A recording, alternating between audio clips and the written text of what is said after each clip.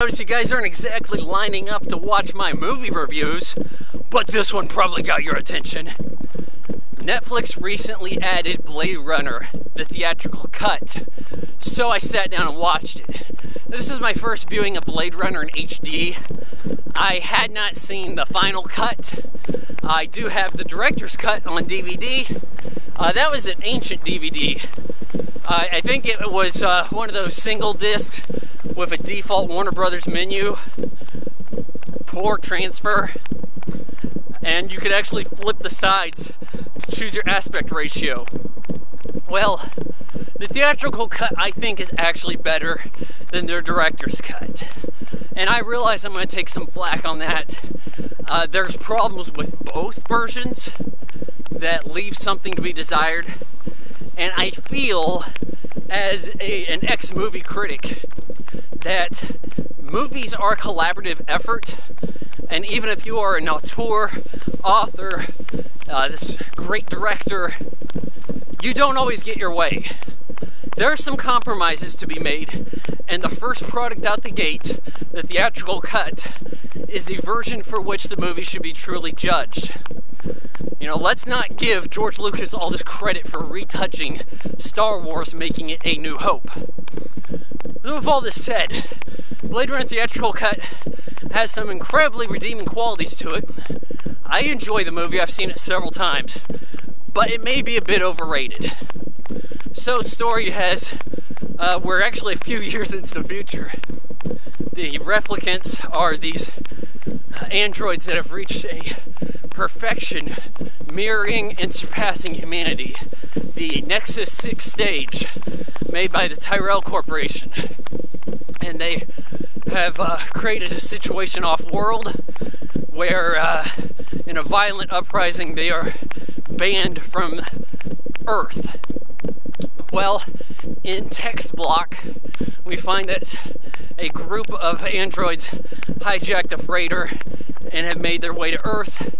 The Blade Runner squad of these cops assigned to assess who is a replicant and retire that replicant immediately. So we do have some tyrannical police state nature there. This is the first movie to really do that grungy noir future. This is LA, the city of film noir, incredibly dark, a lot of neon light, and in some ways, if you keep with the noir aspect, you think maybe the voiceover is not a bad idea. That voiceover is provided by Harrison Ford, who, for the hell of him, cannot do voiceover. I mean, it's bad, and it spoon feeds a lot to the audience, but some of that seems necessary, because the story, what is actually unfolding, is so subdued with a lot that the audience can't pick up on, no matter how many times they view it. It requires discussion and feeding of ideas elsewhere, outside material, to really get a clue of what's truly taking place. Because the story on paper is quite thin. Robots are looking for the doctor who created them. They have a short lifespan. They want more life so that they don't expire, because that's the failsafe chip in them. They're growing emotions, and the only way to stop them from a full uprising is to limit their time. Not a terrible idea, you know, but why would they make these replicants so authentic and lifelike to begin with? Like, don't you see the problem there? Like, wouldn't you be like, we gotta like tailor this back. If we're gonna make these things look and pass for human, isn't that gonna create future crime situations? Especially if they don't have the laws of robotics governing them, you know, about harming humans, as these guys seem to take no consequence of that. So, now the wind's picked up. Our replicants are Roy, Leon, Zora, Pris, There's another one they said was killed off camera. I feel like the movie should have shown how they got to Earth. I thought that was possibly pivotal to understanding the situation. To have to throw in that text at the beginning is already a bit of a tricky mess. So, Deckard, played by Harrison Ford, is a ex-Blade Runner, but they need him back. They need the old Blade Runner back so he can hunt down these skin jobs, you see? I'm not sure why him in particular, right? Like, you don't look for an ex-cop to solve a murder, right? So that doesn't add up right there. But he's going around figuring out slowly that they're looking to change their DNA, do whatever they can to try to live longer. They're killing a guy who works on eyes. He tells him, hey, JF Sebastian, he can get you an appointment with Terrell. So then Pris, the pleasure model, she tries to befriend him. Later on, Roy meets up with them also. Zora has a snake, and they uncover information about this, like, because there's this machine. You put a photograph into the machine, and Deckard tells it to pan and scan around, and it's like it's taking information that's not there. Like, it was a 3D snapshot of reality, and he was able to twist the camera. I swear it seems to work that way, and therefore isn't just science fiction, it's kind of magic. Like, it's a stretch. But, so he sees her picture, sees that she's involved with a snake, finds out there's a dancer. He goes into her dressing room, gets accosted, chases her, shoots her in the broad daylight. It's actually night, but it's a busy street. Feels kind of bad about it. I mean, these things die just like people. Again, problematic to design androids to that extent. Why am I the only one seeing this? So, Leon shows up, roughs up Deckard. This is one of those rare Harrison Ford movies where I'm actually calling him by his character's name. And then Rachel shoots Leon, and Rachel was this android who doesn't know she's an android. Dr. Terrell had Deckard run the machine, the Voight Comp test on her to see, check her empathy. This is stuff that comes up in the Philip K. Dick novel, Do Androids Dream of Electric Sheep? Which, I believe it or not, was actually the last novel I ever read, and it was over 15 years ago. And the movie's better than the novel. The action in the novel is abrupt. There's a lot of nonsense. A lot of hold the dual joysticks so that you can get the pleasure experience of how religion works. Like, after World War III, all the animals died. The birds are the first to go. So people covet and praise the animals. That's why you see so many artificial animals in this film. And without that kind of setup, it makes it strange to see people walking around with ostriches. Like, it really does. So, yeah, he takes her out. Leon takes him out. Deckard falls for Rachel. And in the director's cut, there's this sequence where there's a unicorn. And this comes into play later. Well, this is a dream sequence that Deckard had. But anyways, he hooks up with Rachel. And he ends up finding out where JF Sebastian lives, that they were going to him. Finds Pris there, has a fight with her, takes her out. Roy comes in. This is after he had killed Dr. Terrell and Sebastian over at Terrell's bedroom, essentially. Crushed his skull, you know, that old bit. You actually see a motif to this in Gladiator. You get the same similar idea when Joaquin Phoenix kills his dad in Gladiator. So he returns, a bit bummed that there's no way to extend his life, that once the process of her DNA has been started, there's no going back. Finds Pris has been killed. He's going to go after Deckard. I guess I'm not even sure how he knew his name. How did Roy know who Deckard is? I mean, I get androids are smart, but give me a break. Well, he goes batshit insane. His time's running out. His hand is getting crunched together, drives a nail into it, free it up a little bit, chases Deckard around, breaks his fingers a bit, experiences life and death himself, getting roughed up by Deckard by choice.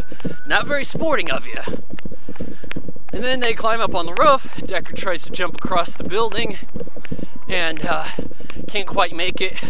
Roy, now with a dove in his hand, or a white pigeon, makes the jump, lifts up Deckard, gives him the tears in the rain speech. I'm assuming you guys have seen this shit, that's why I'm going over it like this, and says it's time to die. Well, then Gaff, Edward James Olmos, shows up. He says, well, you did a man's job, it's too bad she won't live, but then again, who does? Edward James Olmos has almost no lines in this movie, but he makes it memorable. A snazzy dresser, that Gaff. So, now Deckard's concerned about Rachel. Hey, Gaff maybe knows about Rachel. She left the Tyrell Corporation, ran off. Maybe she can be killed. Well, heads over there, sees she's sleeping. Again, she having a tough time figuring out that she's an android. They say they love each other and they leave. On the ground in front of the apartment building, or in front of his door, is a unicorn. And you hear, too bad she won't live, but then again, who does? And to me, that's really just enforcing that Gaff had been there. But the significance of that being a unicorn, you see, Gaff had been, everywhere he goes, he leaves these little figures behind. He's a fairly terrible cop, playing around with shit. And he's got evidence right there, and he wants to manipulate it. But he's saying, hey, I know about Rachel. I know they expire, whatever. Well, then Harrison Ford, Deckard, Rachel, Sean Young, they take off. They're in the mountains. There's some B-roll played from Stanley Kubrick's The Shining. And they're in a car. And he's like, oh, I got more voiceover to tell. Tyrell told me Rachel was different. No expiration date. Guess we'll see how long that lasts. So it's sort of a happily ever after bit. And I feel it's fairly fitting for the movie. I mean, why not give our hero a good ending, right? And it's not a real sappy one. It's not one that entirely doesn't make sense. I mean, she was not designed to be the slave labor like Roy, Pris, any of those. So I can buy that.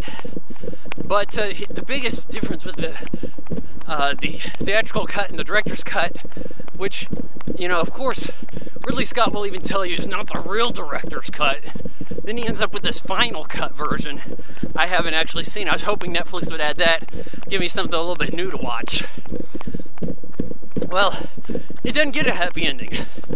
You actually have that unicorn dream sequence telling you that Gaff knows Deckard is a replicant. Like, I know your thoughts. You know the memories of all the other replicants. You know their files. I know your files. I know what dreams you have. And that changes things drastically. We don't hear that Rachel doesn't have an expiration date, so we're to assume she does. And we're to understand that Deckard will also expire. So, does this actually make sense?